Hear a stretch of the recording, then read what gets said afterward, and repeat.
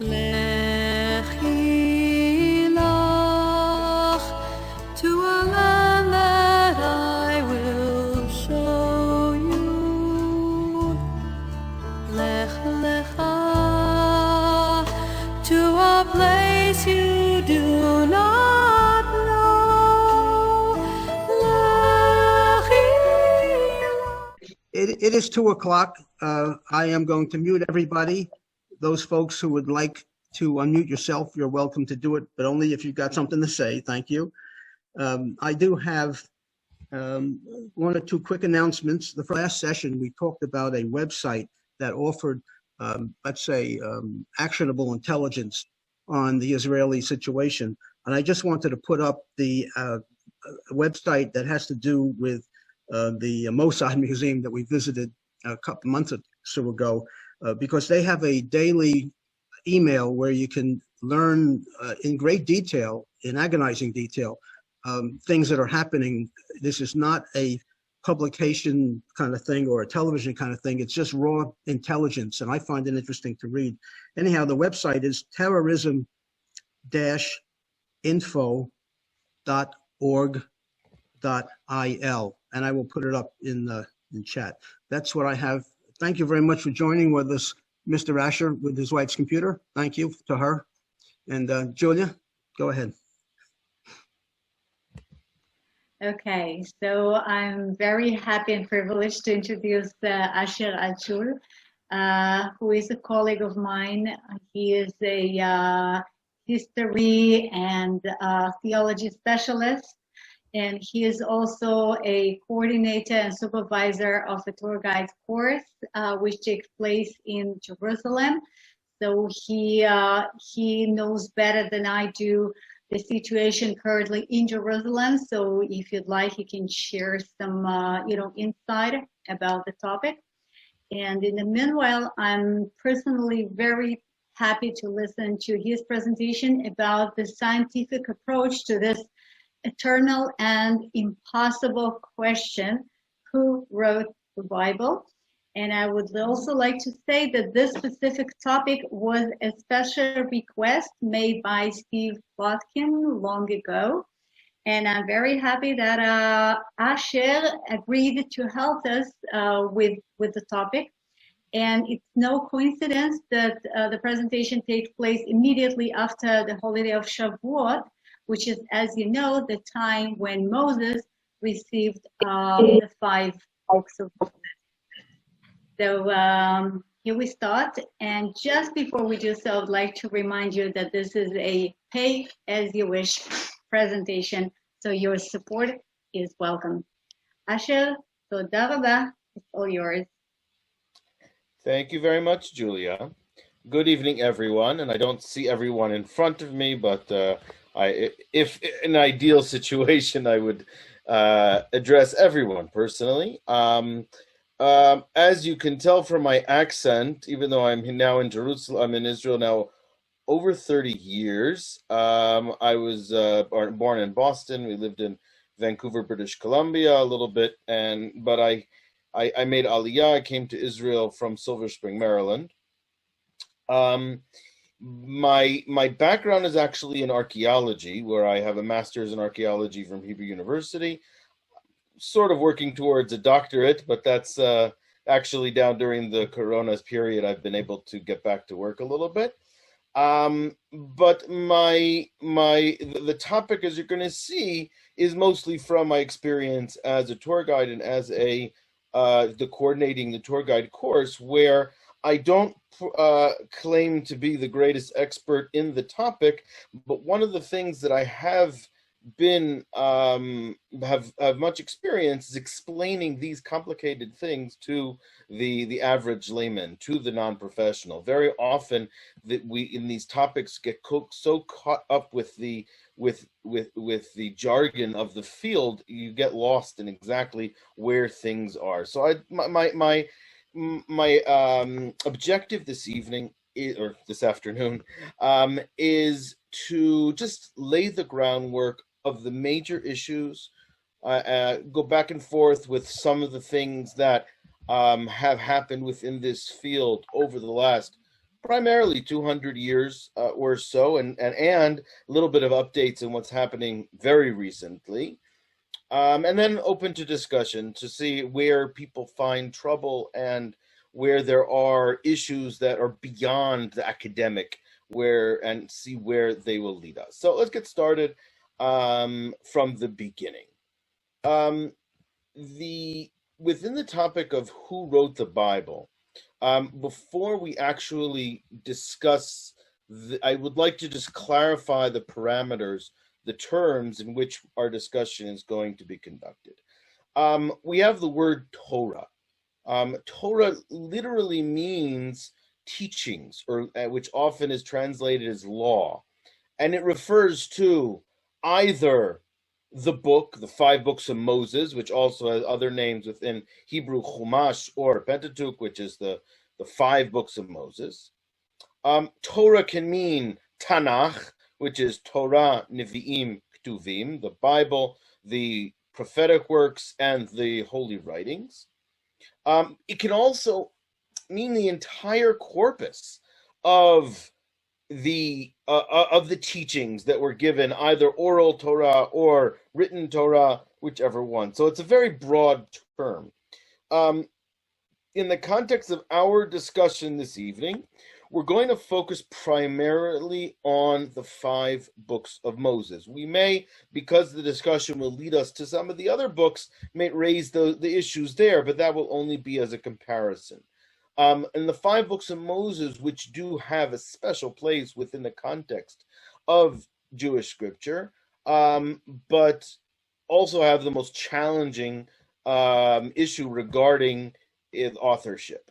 In terms of canon, when we speak of canon, we speak of which books are accepted within the Tanakh, or within Holy Scripture. There were many, many books in the Second Temple period. Some of them were lost completely. Some were preserved within the Old Testament in the church corpus, or canon, which we often refer to as Apocrypha. Okay, that would be the book of Judith, the book of Maccabees, and so on, which are considered to be Jewish works. I mean, there are Jewish works. They're part of the Old Testament, but they were not accepted by the Jewish tradition, which is very peculiar. The book of Ben Sira is a phenomenal work of wisdom literature, but it wasn't preserved within the Jewish canon. Interestingly, Ben Sira might be unique, is that it was preserved within Jewish tradition. The point being is that when we speak about literature that's passed down from generation to generation, there needs to be constant effort in preserving both the book itself and the text. It's not something that would happen naturally. If human beings were given just a regular book to pass down from generation to generation, it would be lost very, very in a very short history. Definitely the text would be corrupted if there was no real attention paid to the transmission of the text. And the book itself, if it was not deemed a holy book, it doesn't have many books of the ancient world were lost. Important terms that we will be discussing, some of which I'll in more in depth later on, some less.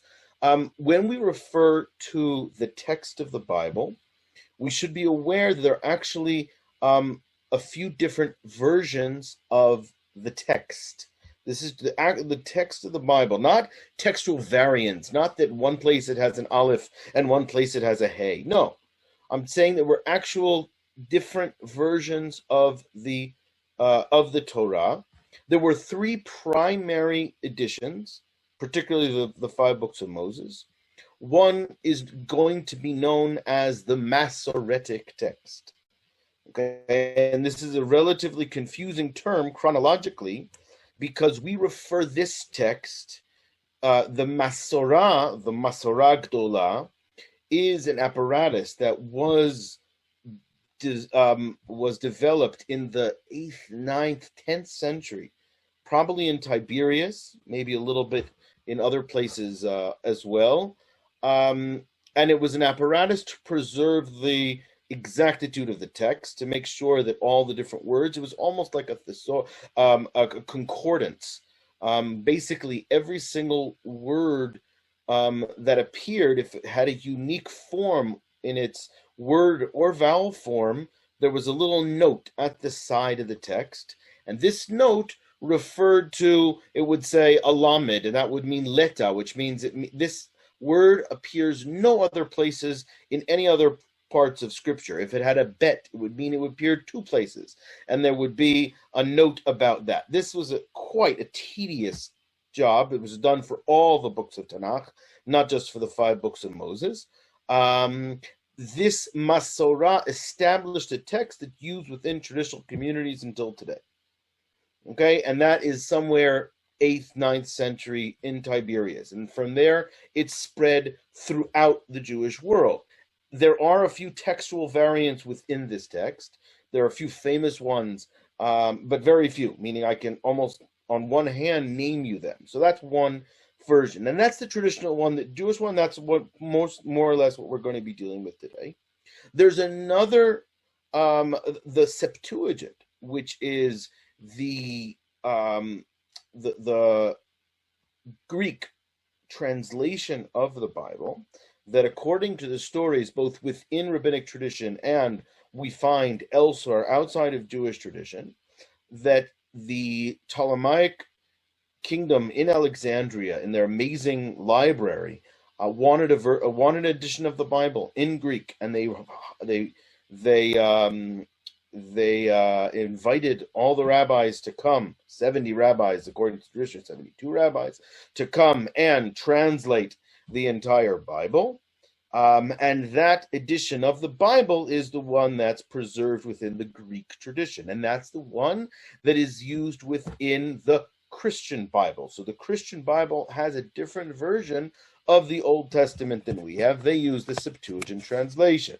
Okay, this was considered to be a great miracle, that all the rabbis that would put in different rooms each came up with the exact same translation, and they didn't understand Judaism. The miracle is they put all the rabbis in different rooms. Had they put them all in one room, there's no chance that they would have come up with the same translation. In any case, back to the 3rd edition is Samaritan Bible. Okay, there are right near Nablus, Shechem of today, in the place called Har Grizim, there is a community of people that are called the Samaritans. They claim they are the true descendants of the northern tribes of Israel, and they maintain the true traditions of Israel that were corrupted, that were originally in Shechem and Har Grizim and not in Jerusalem, that was later changed and moved to Jerusalem. They have a Bible, which is written in their ancient writing, which has a different version. Okay, now there's some places where it's clearly corrupted for the sake of their internal traditions, where we have a change of Amakom Asher Yivchar Hashem, the place that Lord will choose. It says Har Grizim instead of Jerusalem, so we know that that's something that Samaritans added. But when we find an extra 2 verses in the Plague of Frogs, that's just a different edition. And what was so fascinating is in the Dead Sea Scrolls, we found editions of the Bible, texts of the Bible, each one of these 3 editions, meaning in the Second Temple period, there were 3 different variants of the Bible that were floating around. There were actually much more, but these were the 3 families that are more identified. And again, the traditional Jewish community adopted the Masoretic text. The Septuagint was adopted by Christian communities, churches, and the Samaritan Bible is only there. Now, by the way, they only have the 5 books of Moses and their version of the book of Joshua. They do not have all the 24 books that we have, because that doesn't part of their tradition. Okay, now we're going to be discussing today primarily what we're going to call higher criticism, and we'll discuss that later. Lower criticism is what we often call Textual criticism is just the study of the text, and that's a fascinating study, a topic in and of itself, but that's not going to be the focus of our session today. We're going to be discussing primarily what's known as the documentary hypothesis, which is the modern explanation of how the text of the five books of Moses came to be. Okay, so now we'll get started. I will definitely have room for questions and discussion at the end, but when I finish the traditional perspective, I have 3 chapters here. At the end of every chapter, I will open for clarifications if there's something that isn't clear. The traditional perspective, namely what the Bible internally seems to be telling us, and the position which the majority of religious traditional communities would have accepted up to the modern challenges, modern times, is the following. Like we have in the book of Deuteronomy, excuse the spelling there, where it says that that at the end of the sojourn in the when this is the end of the book of Deuteronomy, before they went into the land of Israel, they were told that when they go into the land, they will have these large stones that they will both use as monuments in the crossing of the Jordan, and then they'll take these stones, some of them they'll leave there, some they'll bring up to Har Eval, and on these stones they will write the entire words of the Torah. It says teaching is the translation, the original word is the Torah. So the assumption would be is that at this point the entire 5 books of Moses are written. Okay, that's one verse. Additionally, in the book of also in Deuteronomy, it says Moses wrote down his teachings and gave it to the priests, sons of Levi, who carried the ark of the Lord's covenant, all the elders of Israel. Now, let's think about this a second. We have Moses writing down the teachings, giving it to the priests, and this verse is written in the 5 books of Moses. So how can a verse describing it be written into a book that these things are happening? So there are some traditional commentators that says it wasn't the entire book. It was only the book of Deuteronomy referred to here, or it was only a synopsis of the teachings that were written here, and by the way, also on the stones that were set up in the book of Joshua were also not the entire 5 books of Moses, but only a portion of it or a synopsis of it. In any case, the traditional idea that comes out of these verses is that all 5 books of Moses were completed by the end of the 40 years. Now, that might be a problem in the last 12 verses, which, as we read here, we're not going to go through all of them in detail, but these verses describe how Moses was told by God to go up to Mount Nebo, and the Lord showed him the land of Israel, which he was not able to see by himself. This great tragedy. He was 120 years when he died, and he came to an end. And then Joshua the son of Nun was filled with the spirit of wisdom because Moses had laid his hands upon him, and so on and so forth. So the last 12 verses seem to be written by someone other than Moses. So even within the Bible, it's not so clear that Moses could be the author of everything, maybe not just these verses, or if he wrote these verses, it was written in some type of meaning God would have dictated it to him beforehand, and he wrote it down so that all of them will be words of Moses. In any case, these are the raw materials that the rabbis later will have to interpret. As the last of the prophetic works was completed, Malachi, it said and this is not the only instance in which the Torat Moshe, the teachings of Moshe, Torat Avdi Moshe, as it's translated here, we see that within the writings, there's already a acknowledgement that the 5 books of the teaching are attributed to Moses. Okay, and that was what nominally, basically, we could get out of the words of the Bible itself. But now we want to, before we want to understand what traditional rabbinic scholarship would have assumed. Now, this is coming from the Babylonian Talmud in Tractate Baba Batra, which deals with issues regarding mostly land contracts and things and purchasing and things like that. But there's also a section that deals with they go for all kinds of tangents that brings up the question that we have as our title today: and who wrote the book of the Bible? So it says very simply, Moses wrote his own book, i.e. the Torah, the portion of Bilam, and the book of Job. Now, the book of Job, as I said, we'll leave that for other times. We're going to focus on the 5 books of the Torah. But what about the portion of Bilam, Parshat Bilam? Why is that pointed out as being unique? And here's something very interesting, because if we look very carefully, the portion of Bilam refers to the story of the great prophet, or from the foreign prophet, not a prophet from within the Jewish people, but a foreign Canaanite, Moabite, Midianite prophet, Bilam, who was summoned by the Moabite king to curse the people of Israel.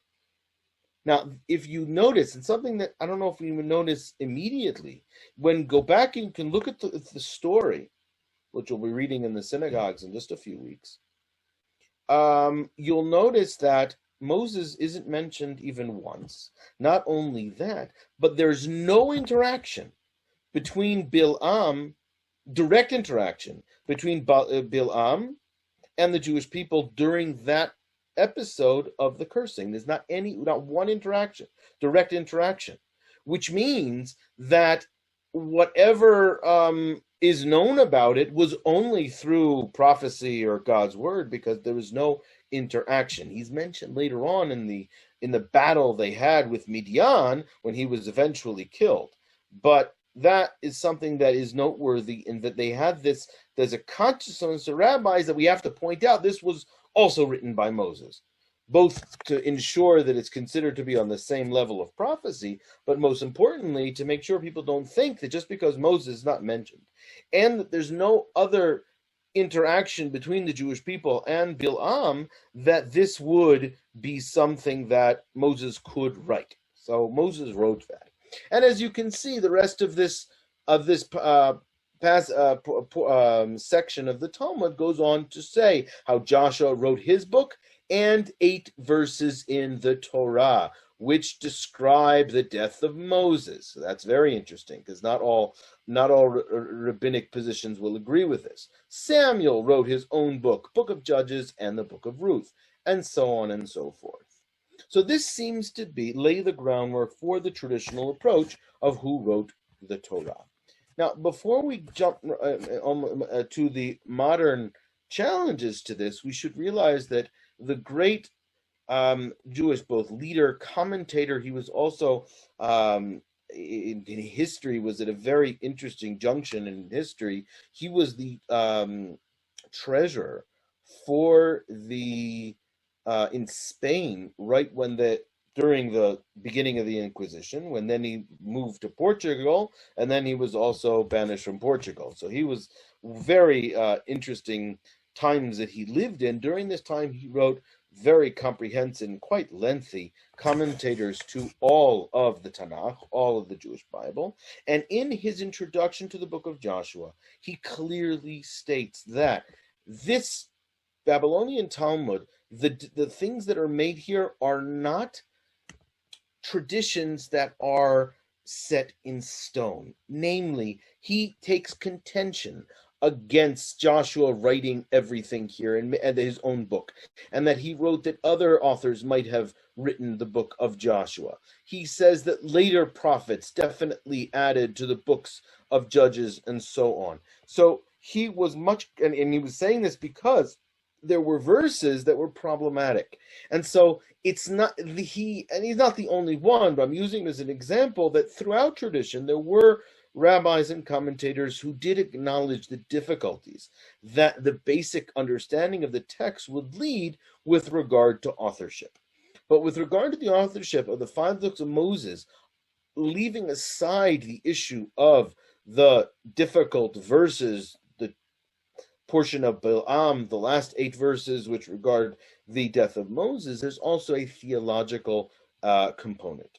And that is that the prophecies of Moses were considered to be on a qualitatively different level than the books of the other prophets, and therefore it must be written by Moses. That, again, we're going to leave all aside now because we're about to jump to the modern challenges to the traditional things. And I will tell you that it's very difficult to follow the chat while you are things. So if there's anybody that does want to do say something, I will not be able to acknowledge the chat until we finish the unit. So if there are any comments or clarifications regarding the traditional approach to who wrote the books of Moses, now is the time to unmute yourself, and we can then proceed. Ashel, we have a few questions and a few things written on chat until now, so maybe you'd like to address it now. As I said, when you fool around with the chat, just for your while you're doing a presentation, very often it messes up the presentation, but I will try my best. No, Okay. I can read the question for you. You don't have to mess Okay, with no, I got it now. Were the scholars okay. surprised how close the Dead Sea Scrolls to Masoretic text? Yes. One of the scrolls, I'll give you one example. I studied with Ehud Netzer, who was the archaeologist who was the architect and the archaeologist of Masada. The Tehillim text at Masada was so close to the modern text, not the texts that were found in the Dead Sea Scrolls in the caves. They were a little bit different there, but he said that the amounts of differences, again, when any human being will copy any text, there are going to be errors, but the amount were the same as 2 contemporary manuscripts, meaning the amounts of differences between the Tehillim text that he found, which was in the second century, it was from the Bar Kokhba revolt, that was found in Masada, and that was very surprising. It shows that the apparatus, that the laws and the apparatus the rabbis used were very good in keeping the text as good as they get. Again, we're dealing with what's going to be before we get to that point, which could have been also very problematic. There's also a tradition, to add to, who was this question? This was Avrel's question, there is a tradition within the rabbinic writings that there was an edition, like an text or that was kept in the sanctuary. And we're going to be speaking about a scholar named Emmanuel Tov, who I had who I was lucky enough to study when I was in university. We'll speak about what topics he is focused on, and he thinks that the Masoretic text is the text that was kept in the sanctuary, and he has different proofs of that. So that's pretty there. Okay, in terms of what is canon, canon just means a canon can be what's considered Homeric or what's considered to be Shakespearean. What canon means, anything that the rabbis or history, and I'll discuss this also in a moment, considered to be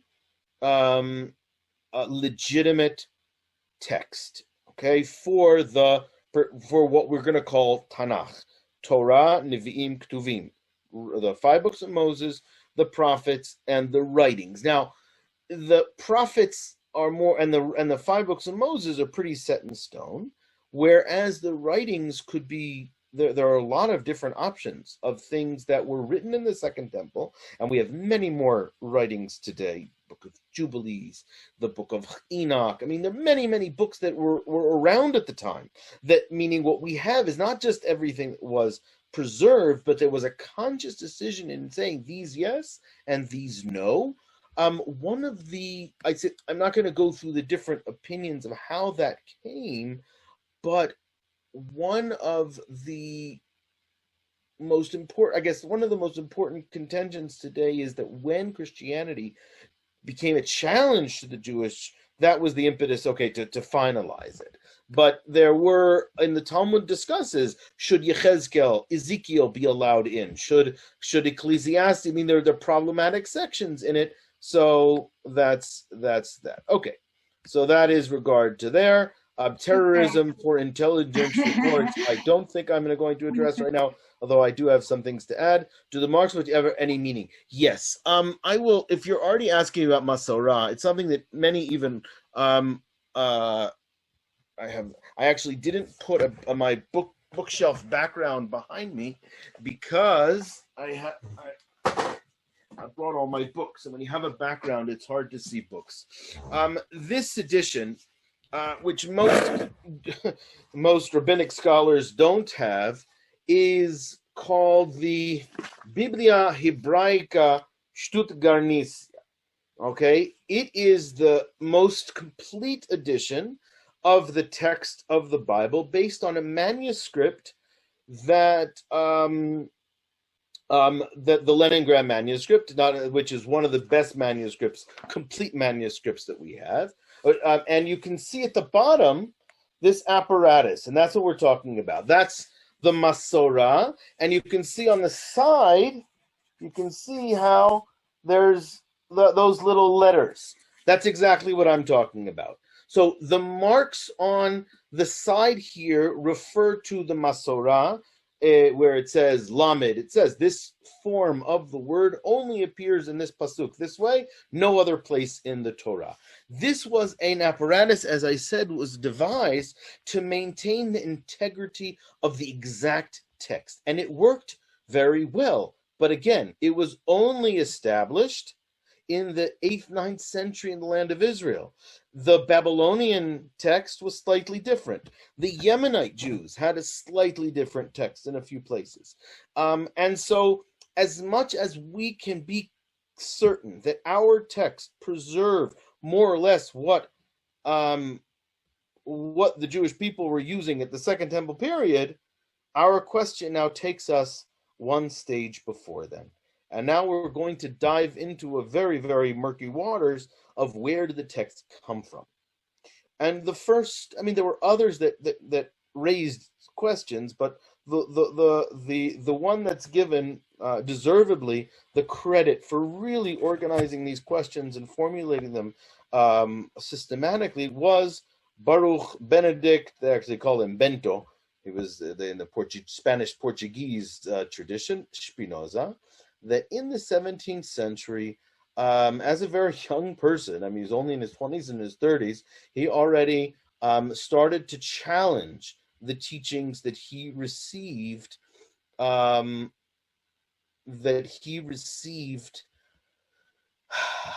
in the community of Amsterdam where he lived. If you're not familiar with the historical story, he was actually put in cherem. He was excommunicated from the community. He lived not in poverty, but he actually made a living cutting glasses. That's what he did for a living. And he wrote a few books. His most important book, by the way, was only published posthumously after he passed away at a relatively young age, about 44, 45. In any case, in one of his earlier books, Tractus Theologio Politicus, he already starts to raise doubts to whether or not Moses should be attributed to be the author of all the 5 books of Moses. Now, he had many different reasons for writing this, and right now we're not going to go through all of Spinoza's ideas. We'll just give him credit for starting off the investigation of this. And he's the first person that put things down on paper. And again, he raised numerous different options. I just chose one little portion here to them. But in order to really understand where things went with regard to the authorship of the Torah, the five books of Moses, the first person to develop the ideas that really the foundation of where all of study will lead to until today is Jean Astruc, a French Catholic. I mean, his family was Protestant. He converted to Catholicism, but the family itself had Jewish origins. They had traditions that they were originally Jewish. They were a Jewish family, not very relevant to our discussion. It's just an interesting point in history that there were. But he developed.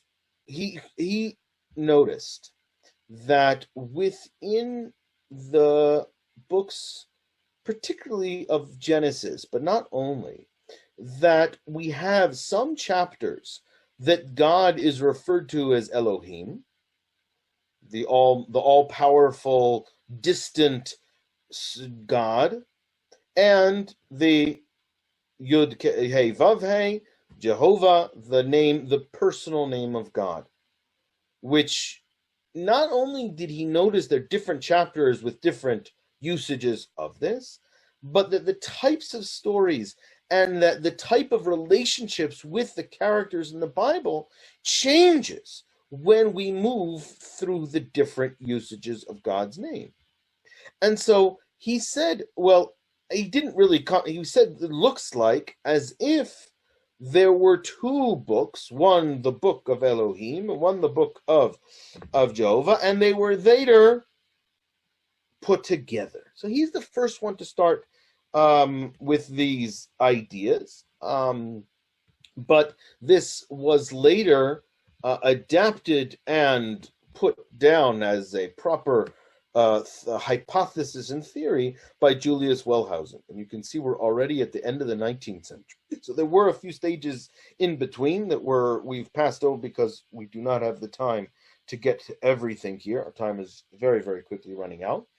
But Julius Wellhausen did two things that must be acknowledged, because he did completely develop the hypothesis in which each different strand of the traditions has a different author, it came from different documents, the documentary hypothesis, but he added one more thing, which is exactly the main issue that scholars are dealing with today.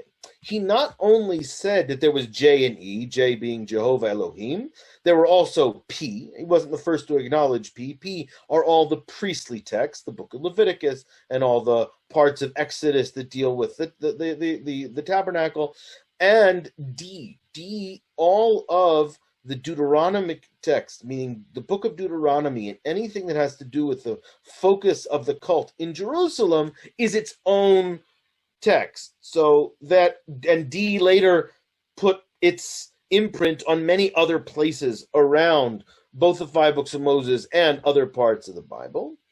There's also an R, which came later, that's the redactor, meaning there are places that some editor that was not one of these four authors was also involved. And then H, where certain things are not consistent with P, they've added H. That's only a few scholars in Jerusalem, just to understand where things have gone until then. But I'm still talking about what Wellhausen added to the literary analysis, meaning we have literary analysis. He added historical context and a little bit of anti-Semitically influenced explanations, which is what we'll get to in a second, of the development of the text. What do I mean? What I mean is that, and I have my edition here. Where is it? Here. This book was published in many, many different editions, and it is basically the central text in what we call higher criticism, historical criticism, literary criticism. And what he claimed is that each one of the different strands represented a different time period, but he also was coming from a Hegelian tradition, that there was a progression. Namely, the earlier were the more authentic, and it was later corrupted by the later editions. Now, this was there's another layer to this, is there's an anti-Semitic or more pro-Christian and anti-Jewish, to be very specific, level of this, because what he was claiming is that the pure message of God or the messages of the Jewish people were the original texts that were later corrupted by D and the later texts, which Christianity went back to the messages of the prophets of Isaiah and Jeremiah and the pure ideas that are without the corruption, the tainting of the later ideas. Now, again, there's three separate elements of Wellhausen's work. The first is the literary analysis, whether you can read a verse in the Bible and be able to convincingly claim it was one of the authors. And this obviously is part of the literary traditions of this time, that the Germans, especially the Germans, claimed that they could take any book and show you what literary history was of it based on the thematic and the word usages and all these different elements of literature that they saw almost as deterministically being able to decide exactly which and every author could have written it. No one author could write in different styles or something like that. In any case, the second is that he's claimed which authors, which strands of the documentary hypothesis wrote in which time periods. And three, again, his qualitative assessment of which strand was more authentic and which deserved more things. So those are the three things that Wellhausen, and he still is pretty much the central or the foundation to modern documentary hypothesis. Okay, now the main, I guess, biblical hook to this is a very odd story that happens in 2 Kings 22. Then the high priest Hilkiah said to the scribe Shaphan, "I have found a scroll of the teaching in the house of the Lord." And Hilkiah gave the scroll to Shaphan, who read it. The scribe Shaphan went to the king and reported to the king. This is King Josiah. When the king heard the words of the scroll of the teaching, he rent his clothes, because obviously he wasn't doing what it said in the scroll. And the king gave orders to the priest Hilkiah and to Achikam and Shaphan and Achbor and so on, and it leads to a religious reform. So the idea is that in the time of, definitely the time of Josiah, but that's in the 7th century, or maybe even in other time periods as well, we're going to see that shortly, there were these reforms, and finding a scroll was not finding a scroll, but rather authoring the scroll. And that would be the explanation of how a tradition like what we just said would have been able to integrate it. Like, how can you just come and claim, oh, that these new traditions are now part of things that have happened forever. And again, these were part of the scribal classes, with the king's endorsement, was able to spread these new ideas. Okay, so that more or less is the documentary hypothesis. If you want to read more about the documentary hypothesis, the best contemporary overview is Richard Friedman, formerly of San Diego State, now he's in Georgia. But his book, Who Wrote the Bible, is the best overview, and he takes contention both to the final analysis in terms of the judgmental aspect of it, but also regarding which time periods each strand was added. But the basic idea, he claims that there was a major section that was done during the time of Hezekiah, the Deuteronomical form. But whatever, that's, again, I don't have the time now within the context of our discussion to go into the particulars. We're going to try to overview the actual topic. But I would say that when you go into an academic environment, the assumption is that this is the best explanation. In some places, it's considered to be almost fact, which is interesting because it really still is a hypothesis. And even though we have found numerous manuscripts from Second Temple period, we haven't really found any Bible manuscripts from First Temple period. The closest thing are the amulets of the high priest of a priestly blessing that was found near here in Katef Hinnom. But other than that, we really don't have any textual analysis. So meaning that we have no proof, textual proof of this, but this is the primary explanation of how the text came to be. Now, there are a few even more extreme views. One is called the Scandinavian school, the nihilistic school of this is less of the text, but more of the traditions of like Thomas Thompson that claim that it's even much, much later, that the literary formations of Genesis, Exodus, they believe it happened even in the Persian or the Hellenistic period. So they push it much, much later on. They do claim that there were some earlier traditions, but mostly corrupted, and that these things happened much, much later. So you should know that there are also people that take the documentary hypothesis and push it in that direction. At the same time that we have scholars sitting down in libraries, in study halls, and looking at text, we have archaeologists that are looking at the field. And this is where I have most of my own personal experience, but William Foxwell Albright studied in Baltimore at the Johns Hopkins and spent many years in Israel, both excavating and studying. Today, the American School of Archaeological Research is called the Albright Institute, named after him. He was a phenomenal scholar, meaning today you have scholars that will focus only on one part of the documentary hypothesis. You'll have people that will study only Iron One archaeology, and you have people that study Assyriology, the study of Mesopotamia, and you have people studying Egypt. Albright had, both in terms of the languages he spoke and read, his breadth of knowledge was unbelievable, and he was able to really cover everything. One of the things that he came with is not just a Bible in his bag, but he came with a very positive attitude towards the authenticity of the Bible as being a historical document. Now, what does that mean?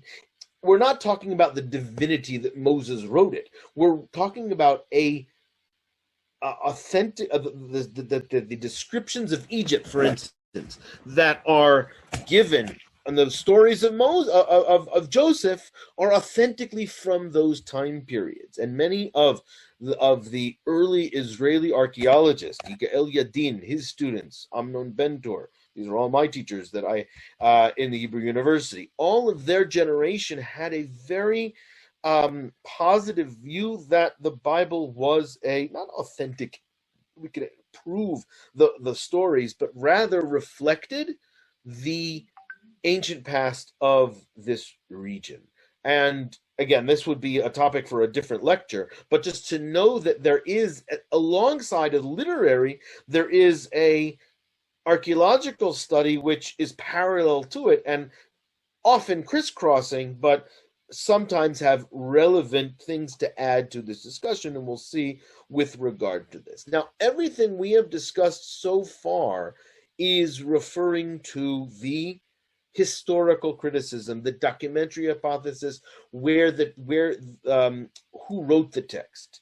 But regarding the question of the text itself, Emmanuel Tov, who I mentioned before, he basically, his book is the one-stop shop for everything you need to know regarding textual criticism. I have his Hebrew edition here that we used in his class. But that's just to say that when we speak about criticism, you're aware of the different types of things that are going on alongside. And now our last chapter is responses to modern criticism. What do both traditional Jewish, some of these contentions are similar in the world, evangelical Christians, Catholics also have to deal with some of these issues. I've chosen a group of them, and there are many, many more, but just to give you a sample of types of things that have been raised. One of the first to take to the pen to this, and you can see he was a contemporary of Wellhausen. He actually met him, and he knew they lived in nearby, was Rabbi David Zvi Hoffman, who you can see was a very traditional rabbi, but he was also quite a knowledgeable scholar of all that was going on at the time. All of his writing was done in German. It has only been, some of it only recently have been translated to English and Hebrew. And he went head to head with the documentary hypothesis. And his contention was the documentary hypothesis is not a legitimate way of dividing the Bible, that there are all kinds of problems. I mean, he went and took contention with the actual literary analysis. Okay? And this you're going to see that this position is the least perpetuated one. Meaning, very few have taken this position as him, as we're going to see as it continues. Rabbi Mordechai Breuer, who I always felt was like the mad scientist of Bible scholar. I also was fortunate enough to study with him personally. He was a traditional rabbi, and in his 40s and 50s came across the books of Wellhausen. He read them in the original German. His family is of the rabbinic families of the German Jewish community that today is in Washington Heights. Much of it was destroyed in the Holocaust, but still has a center in Jerusalem. Not to be confused with his first cousin, also Mordechai Breuer, who's a historian at Bar-Ilan University. And he was, first of all, fascinating with the Tamei Mikra, exactly the notes that we use, the cantillation notes. And he wrote the authoritative book on that topic. But he also started to read the literary analysis. And basically, he came to the conclusion that, you know what? They have a point. That it really does sound like there are different strands within the Bible, that there is an E and a J and a P and a D. It really sounds like it. And instead of saying there were 4 authors, he says all these authors represents different aspects of the divine revelation. And in order that we do not corrupt each aspect, because God has an aspect that relates to the personal God of Jehovah. He has an aspect of this almost transcendent God, but a God that's this all-powerful God of the whole world. And so the story, let's say the story of the flood, is given over in both different versions in some type of a amalgamation of the two. Now, he goes another step further and says that not only could it be written by God? He says this is the way that God had to write it, and it's the proof that God wrote it. That the last 2 claims are less accepted by even those that follow in his direction. But he was willing to acknowledge, within the context of traditional Judaism, that we can accept the fact that there are literary strands. But he said they're all written by God.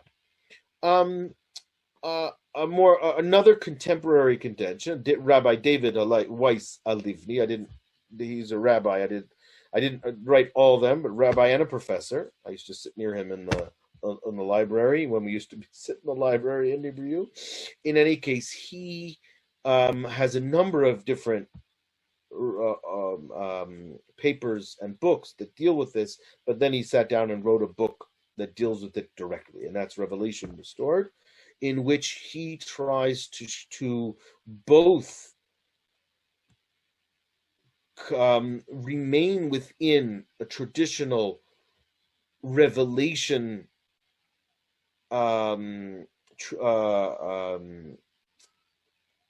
we'll start again. Within a tradition that the Bible's writings, not just the Book of Moses, he's speaking about all the writings, have revelation within them, but we're also, as we can see, the outcome of many different authors, scholars, prophets that came together to put it all together. So he believes that the different prophets represent authentic Word of God in Revelation, And as a conservative rabbi, this was important for him, both academically and within the context of his beliefs. But how does it work? Meaning, okay, we understand that it could happen, but how technically could all these different writings eventually end up the way they are? What his basic theory, and I don't, again, we're approaching the end of the time that I was allotted. He basically said Ezra the scribe. Now, if it's not Ezra, it's somebody like Ezra at the time of Ezra, meaning when the Jews returned from the diaspora in Babylon, which is less than 70 years, but around one generation, two generations, the biblical texts were a mess. And Ezra, as he's called, a scribe, as a scribe, he probably would need a team of workers to work with him, sat down, collected everything. We have two versions of Jeremiah. Why would we have two versions of Jeremiah? Why is Jeremiah such a corrupted text? Jeremiah ended up in Egypt. If you look at the end of the story, he went down to people in Egypt, and the text of Jeremiah ended up in Babylon and then came back to there are obvious historical reasons of why some of the texts would have been messed up. And Ezra sat down to properly set not just the actual text, which is within Jewish tradition, like the different word variants, even within the tradition, even in the traditional Tanakh that I have right here, has, you can see on the side, some textual variants. That, according to medieval scholars, was the work of Ezra. But what Alivni does is he expands the work of Ezra, not just to be to the slight textual variants, but rather he's the one that put together the thing. Now he's working with a tradition of revelation, so he's able to breathe into this new text the ideas that were perpetuated within the traditions of revelation that came down from him generation to generation. So we have here both the interest in preserving the, nobody's talking about historical authenticity. We're talking about that it is imbued with this biblical idea of revelation of Sinai. But on the other hand, as you know, human beings, we're looking at a text and we see it's obvious, it looks like it's from different scholars, different authors, different time periods, different ideas, all put together as one. So that's as Alivni. James Kugel, who's written about this a number of times. I remember I read the entire book on one Miluim. I'm after age 40. I don't go to reserves anymore. I did 20 years of it. I used to like buy 3 or 4 books, and that's when I did most of my reading. With the big books. So this one I read on the Lebanese border in 2000. When did this come out? I was right after it came out, and I remember specifically reading it 2007. So it was 2008. I was on the Lebanese border, and I read that. He tries to, within similar to Alivni, but in different ways, give over how the Bible has a message to the traditional person, even if you're going to read it with a critical eye. And he knows, in his introduction, he knows that he's going to upset most of the traditional readers. But this is his way of going through. It's a little bit more complex than Alivni, because he's more ingrained in the academic approach of the documentary hypothesis, and he doesn't have these ideas of Ezra and divine revelation, but that's still his claim. Very recently, I'm talking in the last few months, Professor Rabbi Josh Berman of Bar Ilan University put out this book called Ani Mamin, which I have not completed.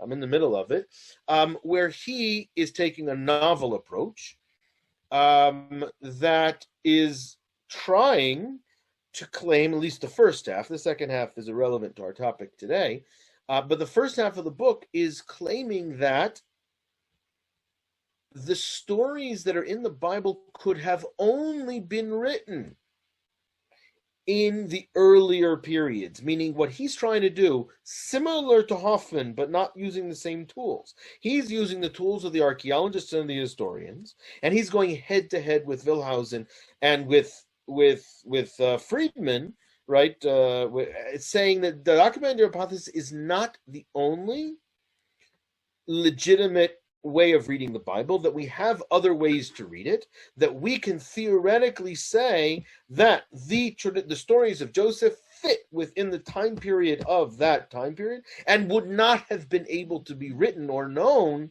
at a later time period as well. It's not just the books of Moses, and so that it's a little bit more complex in terms of there, but what the example just shows us, these topics are alive and well, and they're not just in the backyard of academia, that people are still discussing these topics and writing about them. So your interest in them is one that has legitimate, there is not yet a final word. And with so where do we stand now? If you are, again, we are, the book is still the book Tanakh is still one of the most important books in Jewish tradition and Western tradition. My son just finished Harry Potter. He's only 8, 9. In Israel, they read at a little later ages, and it says about Harry Potter that this is the second most read book after the Bible. I said, I'm sorry. This is definitely the most printed book, and it might be the most houses, but I can guarantee you more people read Harry Potter than this book. That more people read Harry Potter, the whole book, than this one. But the Bible still has a historical value. There are moral and ethical lessons that come out of the Bible, and in a moment I'll show you an example of one. The divine message is up today. We don't have a way of saying, that many religious Jews, religious Christians will say, I believe it's divine, it's belief, don't tell me otherwise. But for some of us, that's not enough, that we are living in the modern world and are conscious of what these scholars have taught us over the last few hundred years, or have to be able to form some way of both respecting the texts, appreciating them within their cultural heritage, because one of the things that happened historically, this is not, that is when these people were using the authenticity of the Bible, or the lack of authenticity of the Bible, for reasons to leave religion, or for reasons to become more, or change their moral code. That's, I think, exactly where, if we believe that it's not all written by Moses, or it's a development of the traditions that came out of Jewish experience over the course of so many generations, and it's much more complex than that, it's still not a reason to throw away the entire thing. What I would like to do with you, if I have, and I see I have one more minute, I just want to show you one example of what I find, what I would say. Okay, so again, I'm coming from the world of archaeology. When I go to the Israel Museum and people ask me what is the most important piece here, I will very often point to this one right here. Now, what is it? It's a side of a jug that was used to write a letter. And look at the letters. The letters are not uniform. They're not in straight lines. This was not written by a scribe. Okay? This was not written by somebody that was a professional. Okay? This is found in a place, unfortunately, it's where they're bombing today. It's near, we call Yavne Yam. It was, it's basically a port, like a little small port, a fortress that was built near the sea, opposite modern day, just south of Tel Aviv. Please remain on the line, and you will be transferred to the next available. This is what it says. Let's read it together.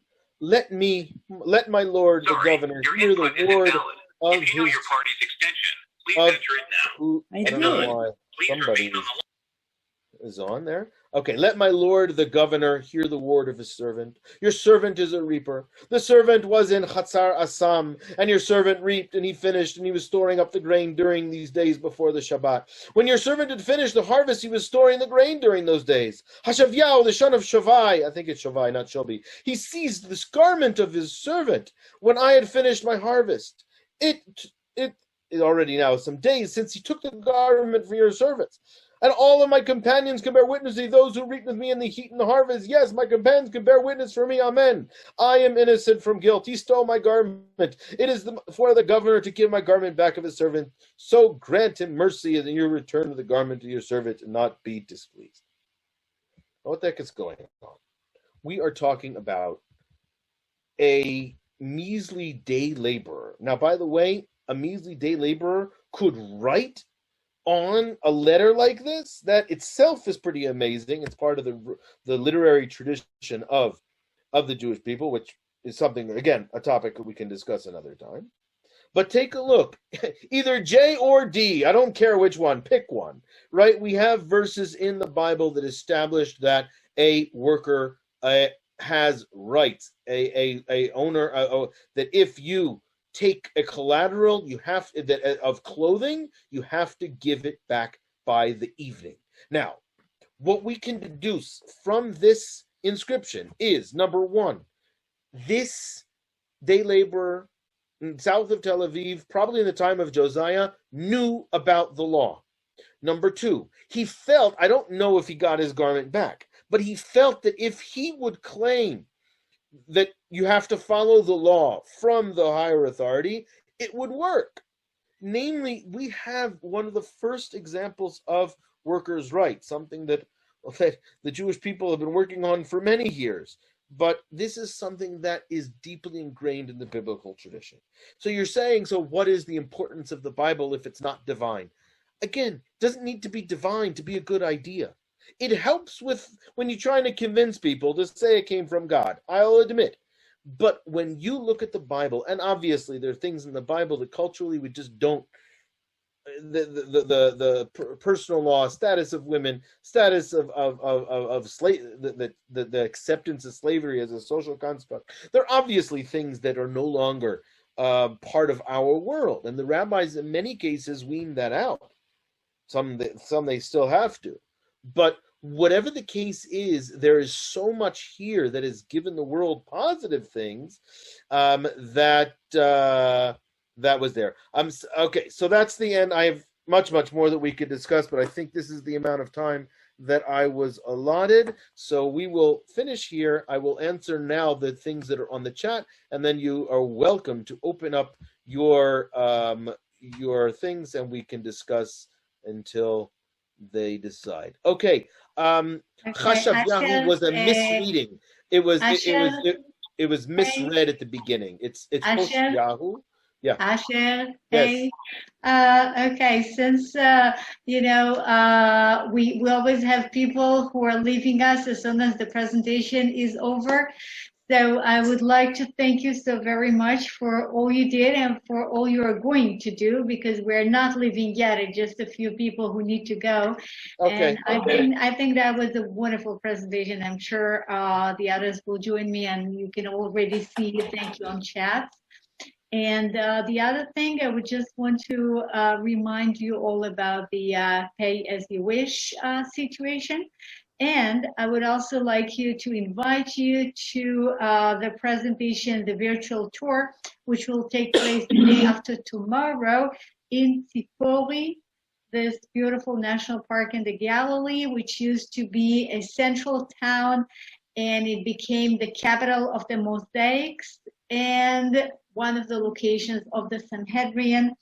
And we will be talking about, well, today we're talking about the Bible, and the day after tomorrow we will be talking a little bit about the oral Torah, which traditionally was received as well on Mount Sinai. So Tzipori it is the day after tomorrow, guided by myself. And then next week we have the second part of the presentation, which started in Dubai. So we will be continuing the story of the Emirates, of the UAE, following the Abraham Accords. And then we will be visiting the bullet factory at Ayalon. Okay, the bullet factory, which is known as the Ayalon Institute near Rehovot, and I really hope that the situation will allow that. Okay, so unless otherwise, We will be going to Tripoli and then UAE and then to the Bullet Factory. So thank you, and back to you, Ashil. Okay. Okay. So I think I touched. I'm more than happy to take any questions or comments. So go go ahead. I don't see anything. There were the one thing on the chat that I saw within a Torah scroll. There are crowns and there are things that are embellishments on the letters. Those are much later traditions. There are rabbis that have given that also some homiletical ideas in it, but it's not related to the actual letters of the text. Those are just stylistic things that were added to the letters. Okay, any questions, comments about what we discussed today? And as I said, a brief overview, because this topic... It was fabulous, Asher. We're blown away. I'm sure I speak for all of us. It's just, it can be a very complex thing to organize, between the contents, the different versions, the history, the analysis, and you did it so beautifully. I'm so grateful to you and Julie. Yeah. You are welcome. Do you have any questions or things that weren't clear? I'm more than happy to clarify. Can I ask a quick question? Sure, Jennifer. The Masoretic text, is that simply sort of with the annotations there? Like then you'd look to the side and they'd say, oh, well, that letter was previously used or only used. I didn't quite get that. Okay, I just listen. The Masoretic version of the Bible, which is basically the version we use in all of our synagogues, is a version that has existed since the Second Temple period, but its name comes from how it was treated in the 9th century. That's the complexity here. You understand? So this edition is from the 9th century, 8th, 9th century.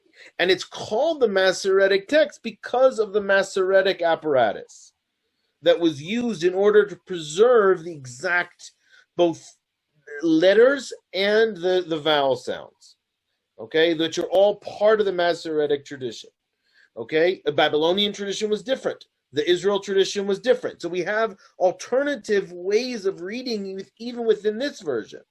Okay, but we chose, this is again, scholarship chose to call it the Masoretic edition, and that's what it's called. But again, it refers to one family of biblical texts that go back to the Second Temple period.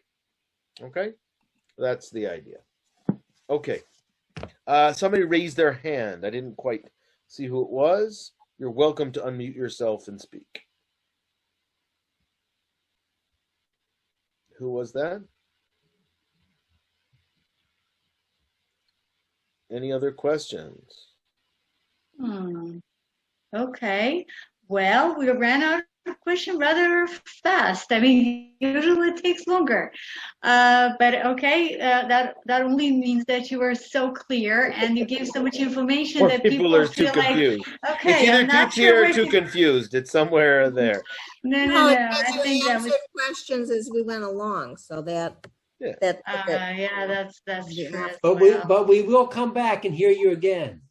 I'm happy. There are many topics that I'd be happy to share with you. This next time I'll have my own computer. What I was doing is that my course was meeting parallel to this. So on my computer, they're not there anymore, but I had 40 people that were listening and studying Christianity. What's so unique of my course, it's made up of, it's English in Jerusalem, and we have people from East Jerusalem, Jews, Christians, Arabs. It's quite an interesting mix, and everybody's studying together. So this evening, we were actually supposed to be on the campus at Hebrew University on Givat Ram, but we chose, because of the sensitivity of things, to do it at home, and do it over Zoom. So that's why I needed 2 computers. Otherwise, I would not touch my wife's computer. Well, I'm sure we she's stop? a Can we gift. stop? If you're interested, though, I will take a moment just to let you know how things are going in Jerusalem and in the Sure. country, Yeah, because definitely. I'm sure people have relatives. I have my first cousins in Ashkelon. I'm basically texting him every few hours just to see that he's okay. And my aunt and uncle are in Beersheba. It's one of these things that everybody knows someone who knows someone. But I can tell you that as much as the situation with Gaza is troubling and dangerous, it's something we've done 3 or 4 times already. And eventually we're going to they're going to get to a point where they stop firing. Either they run out of rockets or we hit them hard enough that they decide to take a break. That's not what is so troubling for most of us here. What we've seen here is an outbreak of violence within the Israeli Arab communities. The Israeli Arab community is 21% of the country.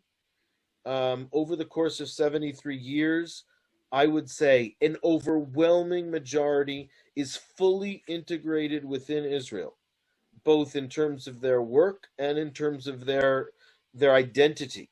It's not something that's well documented. You don't see it day to day, because what we're looking at is their leadership, which is not. The members of parliament they sent to parliament are very activist in the Palestinian cause, which I'm not saying they don't have the right to, but it's against the interests of their own communities. Because if they spent all their effort in getting their communities better healthcare, better education, better job opportunities, they would be much better off. Instead, we have, now, it's happened in areas of Lod, in Jaffa, Ramle. It's gone, now it's spread over into Haifa. This is not the territories. This is Israel proper. It's an issue that has always been there. There's always been tension. Akko, there's tension. If Yom Kippur a few years ago, there were riots.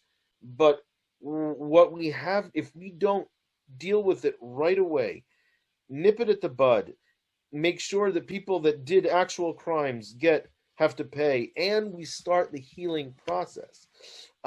Anybody that walks into any hospital in Israel knows that when you get sick, you get hurt. Nobody cares, Arab, Jew, Christian, Muslim. They're Arab doctors. I have to take Lipitor every time I walk. There's not a pharmacy within miles from my house that I can find a pharmacist that's not an Arab. Arab have taken over that. For again, that's one of the things that they do. It's things you don't see on the news. As I said, I have in many ways a more intense relationship, because on a daily basis I have students that come from East Jerusalem and from Israel, which are different. East Jerusalem is its own question. East Jerusalem is if you're not familiar with it, East Jerusalem Arabs. These are Arabs that were in municipal Jerusalem since 1967. This is areas that are Israel proper. Okay, they are not citizens of the state of Israel. They are residents of Jerusalem. They receive full social benefits, but they do not vote in national elections, and they're not Israeli citizens. They don't have an Israeli passport. They have a travel document. They are allowed to vote in municipal elections, but as historically, they have opted not to. They could be a lot more. They could have a lot more say in the city, and I have a feeling that next elections they might get together. But they have a problem, because if they join Jerusalem's elections, that's basically saying we acknowledge the Israeli control. So you understand that there's a problem here. So all these things are put together. Yeah. Please stop screen sharing, because then we can see each other better. Okay. Anyway, it's not in the Bible, so yeah, we don't need the Bible anymore. No Bible. Stop. No Bible. Yeah. Actually, now we are missing Bible. It was much easier to understand compared to the Bible. Let's just put figuring out who wrote the Bible is a lot easier than figuring out how we solve all these problems. What I'm saying, I think the main message though is that we have to, Gaza is a military issue, is a humanitarian issue, and we'll have to deal with. And we just basically have to try to encourage people that are not terrorists to run the place there, though we don't have full control anymore. But what's going on today within Israel, and now it's spilling over to the territories as well, is very, very concerning. And that's what many of us that work in places of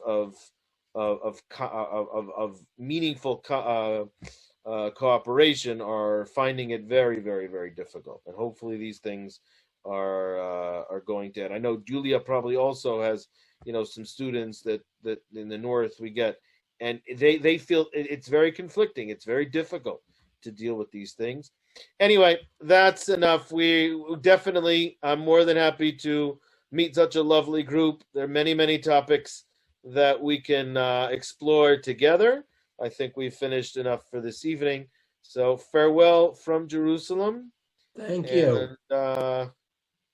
And let's hope that we speak again in much better times. Yeah, I hope so too. And thank you so much for your information shared, both ancient information, scholar-oriented information, and the simple humanitarian situation. And, I'm really, I used to be a tour guides course coordinator. I'm no longer one, which I'm very happy about. And I can't even imagine your situation as a as a leader of a mixed Jewish and East Arab group in Jerusalem today.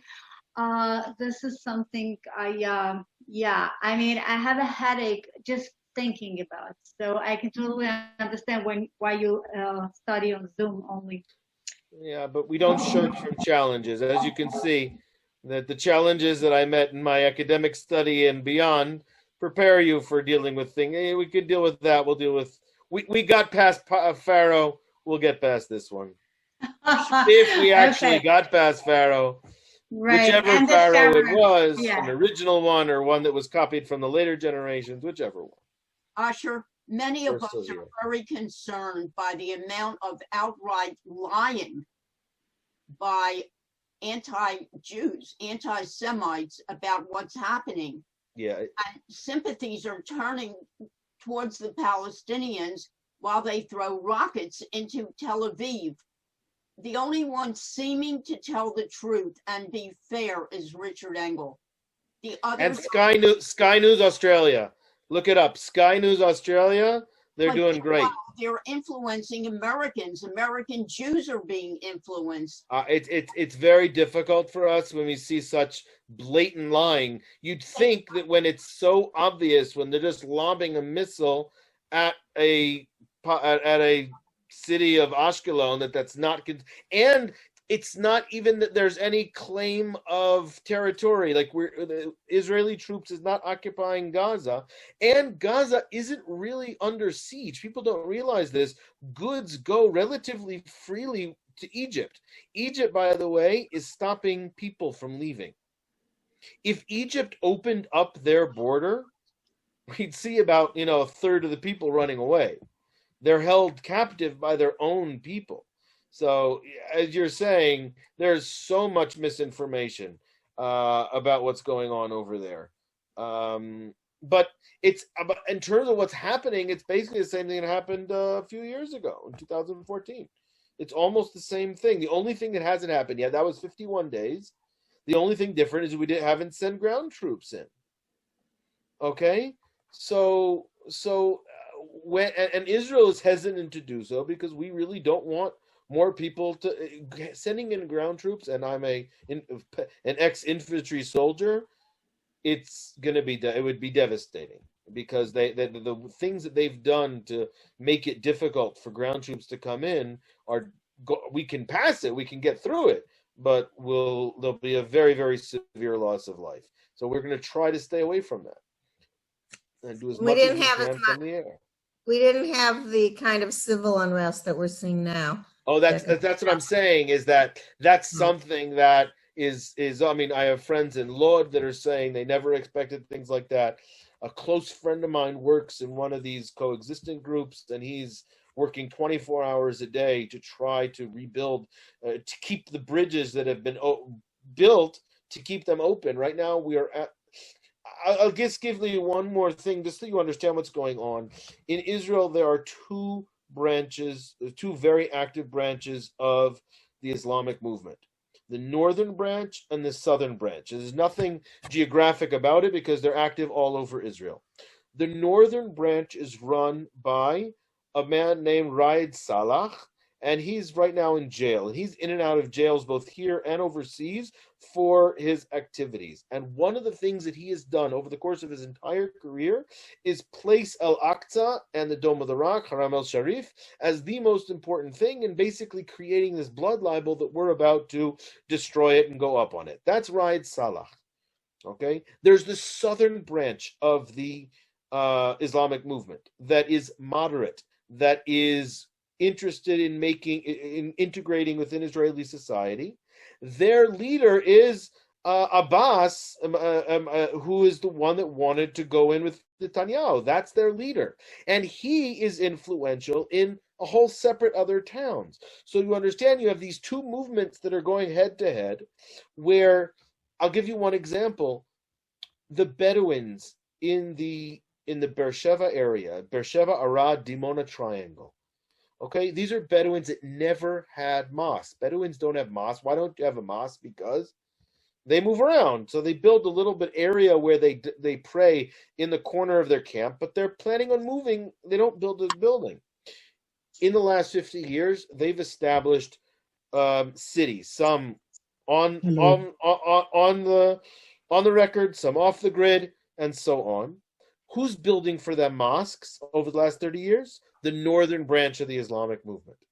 Do you understand? They come in, they build a mosque, they build a nursery school, they build up a thing, and they influence the youth to being very violently both anti-Israel and there. So we see, this is not things that we're following these things. It's not something, it's not popping out of nowhere.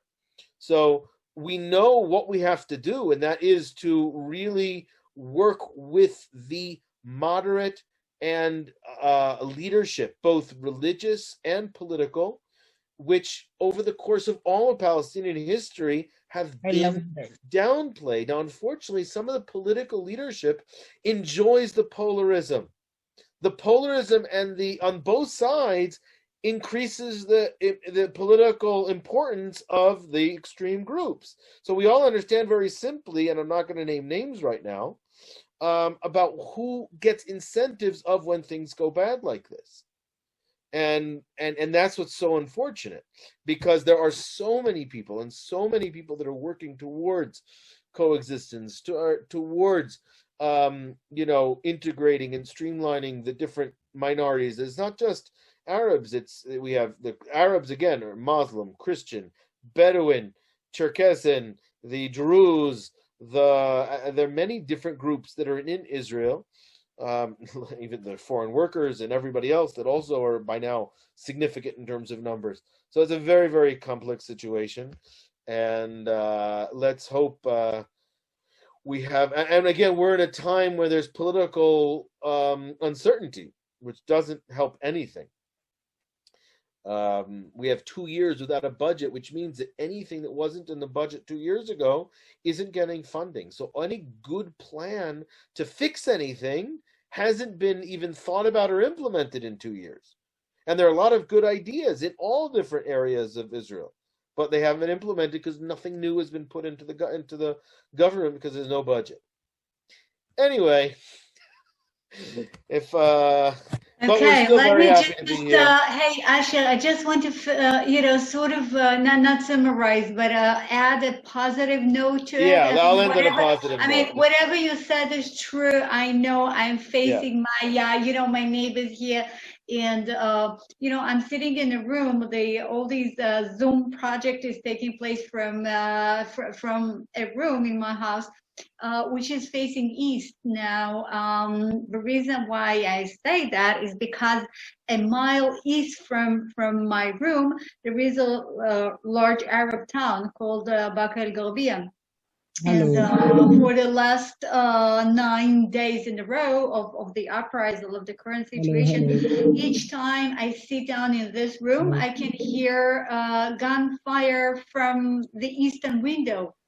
And you know that it goes on and on for the last 9 days, and nothing actually happens about it because the police prefers not to get in. The police, the Israeli police, prefers to stay away from the center of Arab population, so to avoid conflict. So I can understand their point, but at the same time, you know, sitting here listening to the gunfire is rather well, how to call it? Yeah, unpleasant, okay, to say the least.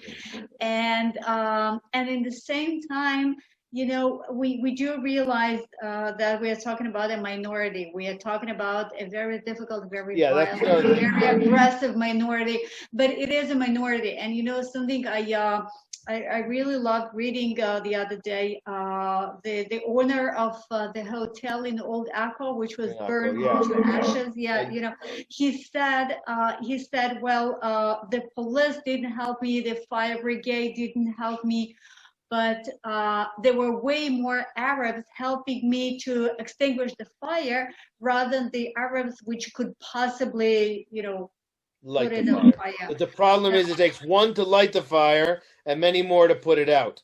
Yeah, of course. Yeah, I know. This is exactly why we are afraid of going. Going to Old Akko now is out of question. But yet, you know, even though one can cause a tragedy, but we have to keep in mind that the majority are not. That's like how I started it. And that it's not just a belief. It's not. We really know that the majority are very appreciative of the fact they live in a democracy, and they live in a place, and they know their cousins in Syria and Jordan, Lebanon, Egypt are in a much worse situation. It's just a question of getting through the current violence and making sure that towards the next generation of children are brought up appreciating and being able to live in much more peace and with their surroundings. So let's hope we can get through that. What we will do, hopefully, within a year or two, Israel will be the safest place, both Corona and in these things. So you're all welcome to come and visit in person, because to see these things firsthand is definitely the best way to do it. I really hope it will take less than a few years from now. Come on, we need tourism. Oh, tourists, yeah. And I have a few good guys to everyone. Anyway, okay. So we're still very happy to live in Jerusalem, and it's still a wonderful place to raise a family. And let's hope that these things will be very soon forgotten. We have an amazing way of forgetting these things really quickly. Okay, good evening, everyone. Okay, Laila Tov. Very good. Thank you very much. God willing. Yes. All right, we're going to revert to schmooze mode now. Do we have anything else to talk about? Wow.